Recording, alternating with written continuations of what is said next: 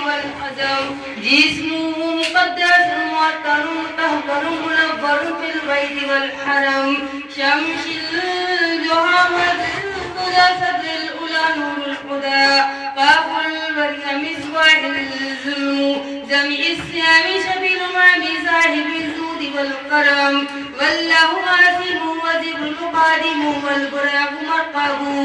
والمراد شفر وسدرة المنتهى مقامه وقاب قوسين مطلوبه والمطلوب مقصوده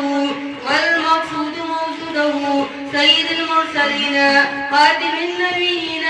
شافي المسلمين آنس الغالبين رحمة للعالمين رحمة العاشقين مراد المستقين شمس العارفين سواد السالبين الإصباح مقومين محب فقواي والقرباء والمساكين سيد الثقلين نبي الحرمين إمام القبلتين والزينتين في الدار السالم قاب قوسين مطلوب رب المشرقين والمغربين ذات الحسين والحسين مولى الثقلين أبي القاسم محمد بن عبد الله نور من نور الله يا أيها المستقون بنور جماله صلوا عليه وآله وأصحابه وسلموا تسليما پڑھو درود پڑھو عاشق درود پڑھو درود سے کبھی غافل نہ ہو درود پڑھو اللهم صل على سيدنا مولانا محمد وعلى آل محمد كما صليت على إبراهيم وعلى آل إبراهيم إنك حميد مجيد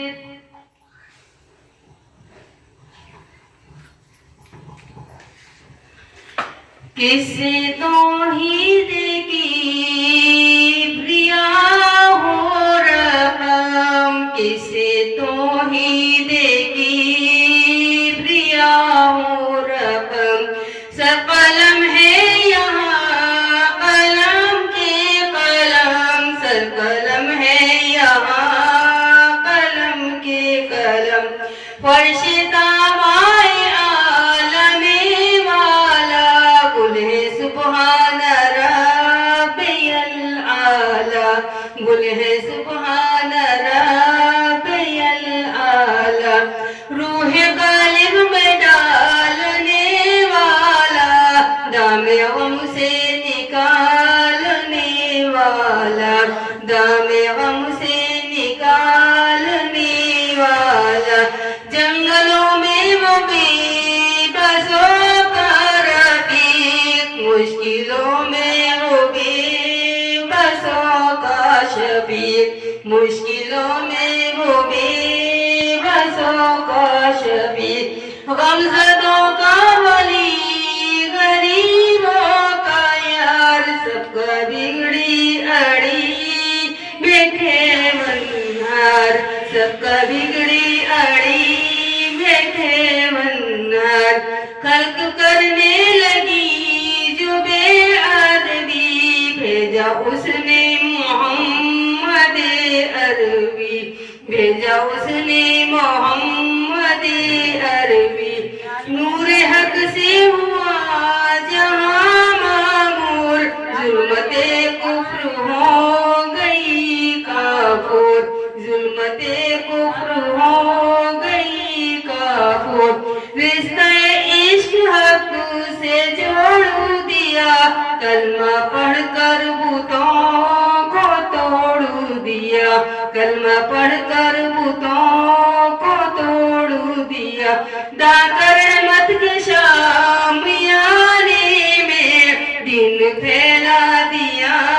زمانے میں دین پھیلا دیا زمانے میں آ گئے راہ پر جتے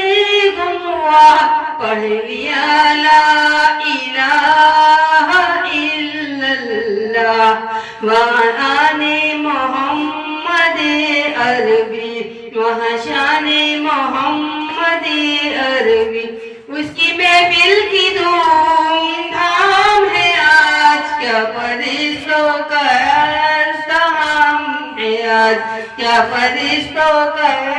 ازدحام ہے آج پڑھتے صلی اللہ شربت وصل نوش فرماؤ، شربت وصل نوش فرماؤ، بیٹو آ کر یہاں ادب کے ساتھ، دل لگاؤ صحیح عرب کے ساتھ، دل لگاؤ صحیح عرب کے ساتھ، جہاں اکبر درود ہوتا ہے رحمتوں کا ورود ہوتا ہے، جہاں اکبر درود ہوتا ہے رحمتوں کا ورود ہوتا ہے۔ بہت اچھے، بہت خوب، ماشاءاللہ۔